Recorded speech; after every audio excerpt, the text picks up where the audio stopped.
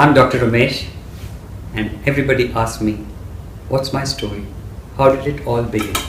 And it's all about trying to understand everything. I, in the 70s, was a young, student in the medical college, and I always had questions of why, what happens. I had a flair in orthopedics, and I wanted to become a surgeon. That I eventually did. The questions I would ask is, a bone breaks, how does it start healing on its own? What is it that gives a message or the signal to heal? And when I would ask my professors, they said, it is a feedback mechanism. I said, what is this? Then who gives instruction to the feedback mechanism? They said, the endocrine glands. I said, who gives the signal to the endocrine glands to start the work? They said, the central nervous system. I said, who gives the signal to the central nervous system? And they said, look, this is all we know at the moment. We don't know anything more. So I think you better accept as it is. And I was a person who didn't want to accept. I always wanted to understand how everything works. Okay? So I would do whatever I had to do. And I continued my medical education, became a doctor, young man, got married. Okay? And I was busy with my marriage and my family and my career. And then came the problem. And the problem was a disease. And that disease was rheumatoid arthritis. And I, as an orthopedic surgeon, was told, and I knew that there is no cause for this disease. I said, how could it be that there is no cause for this disease? How can such a disease happen without having a cause? And that's when the quest began. But the person who was affected was my wife, and she had rheumatoid arthritis. And it's such a painful condition, and I know how it is when somebody has pain. In fact, life becomes hell because one gets so much of pain and discomfort that they literally become angry. And they're so angry, and so the whole house was no more in balance. It had gone out of balance. And I didn't know what to do. And normally as a doctor, I would prescribe anti-inflammatory, okay? And I would prescribe, if necessary, steroids and go up to anti-cancer drugs. But when it came to my wife, I'm hesitating in prescribing this. The anti-inflammatory I did prescribe because it was a fertile age. We were in our 20s. We could have babies anytime, and it was not good for the babies. Second, and we knew the side effects of steroids, and we didn't want to give the steroids. But you know what the difference was?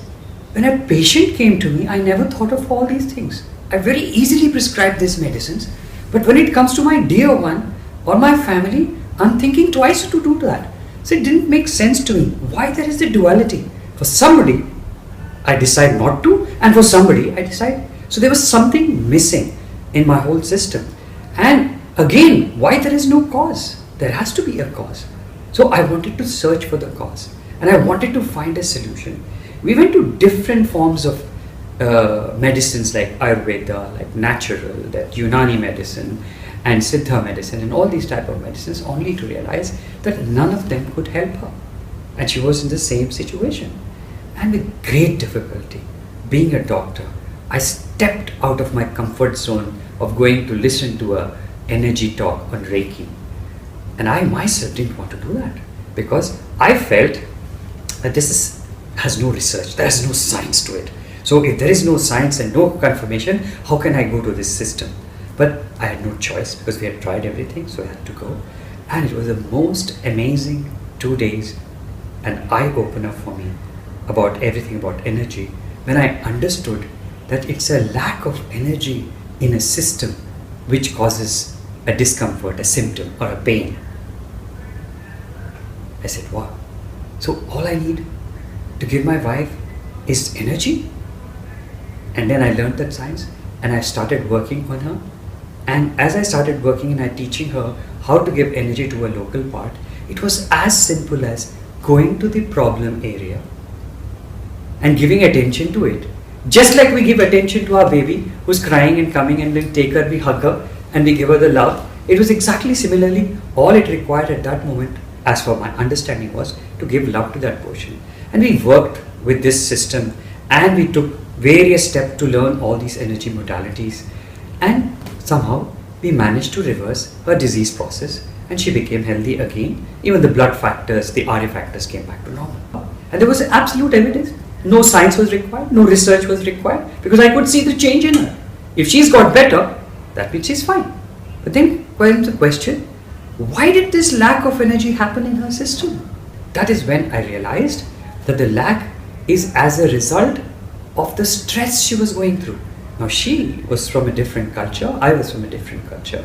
And both of us, with our conservative parents, finally got married, and she wants to do her best to see that the family and parents and everybody is happy. And she was trying to adapt to the food situation, the culture situation, the system situation, the place situation, the language situation, and all this she wanted to do her best. All this had happened, and in fact the rheumatoid arthritis happened after she had the first child. My son was born. So I finally came to the conclusion that because she was stressing herself, and that stress led to the development of disease. That gave me a bulb lit up inside me. I said, good. So that means stress is the cause of disease. So that means persistent stress is the cause of disease. And stress by itself is as a result of lack of energy. I said, how can that be? Now look at it. Do we like to be angry? Do we like to be hating? No. These are all negative signs. So there is a lack. That is why we become angry. So I understood it that if somebody is hungry and we want to give food to them, okay, and they don't get the food and they continue to be hungry, then automatically anger comes in. You get tired, you get weak, you're not able to think if you're hungry. So that is what exactly is happening at the point of the problem. Wherever the disease is, wherever the discomfort is, that is what was happening, that there was no food, no nutrition reaching it. And what is the kind of nutrition the body needs? Is oxygen and the food. The carbohydrate, proteins, whatever is required for the cells. If there is a lack of that system, it will go away. Now how did stress affect it? Stress affected all the blood vessels, the circulation was not good, and that is the reason I hypothesized is the possible reason why it was happening. And the moment when we started giving energy to the space, it started getting better and the symptoms got better. So that is how I realized that the connection between disease, stress and lack of energy. Then I said, okay, my wife is better. If I can do it with her, it should happen with the other people also. So we started treating rheumatoid arthritis patients and we started getting the same results. Then I said, if it's coming to this, and if stress is the cause of this disease, stress is the cause of many more things. There are so many diseases we have.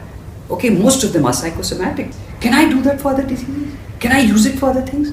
And that is how it opened up, and we started doing it with most of the orthopedic diseases. Then my wife being a pediatrician, we put it into the pediatric aspect, and slowly we started getting known. People started knowing us and they wanted to come to us and they wanted to get the treatments and sessions, and we were able to help the full spectrum of diseases we knew. But the only limitation I found over this period was that any mechanical deformity or a mechanical defect, we were not able to help.